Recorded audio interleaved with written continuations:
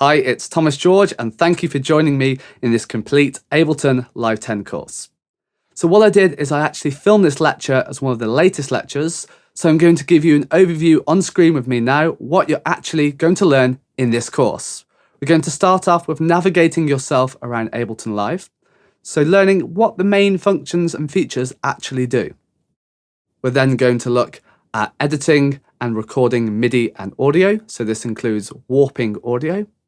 After this, we're going to look at setting up, so things like the preferences, the control bar, the session view, and the arrangement view. Then we're going to look at some of the new features for Live 10, which include the wavetable synth, capture, echo, and the drum bus.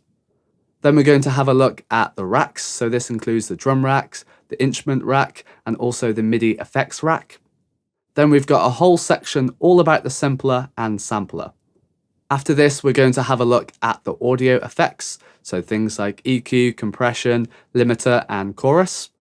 Then we look at the MIDI effects, so these include the arpeggiator, scale, and pitch. And then we've got even more features which include quantizing, MIDI mapping, and export settings.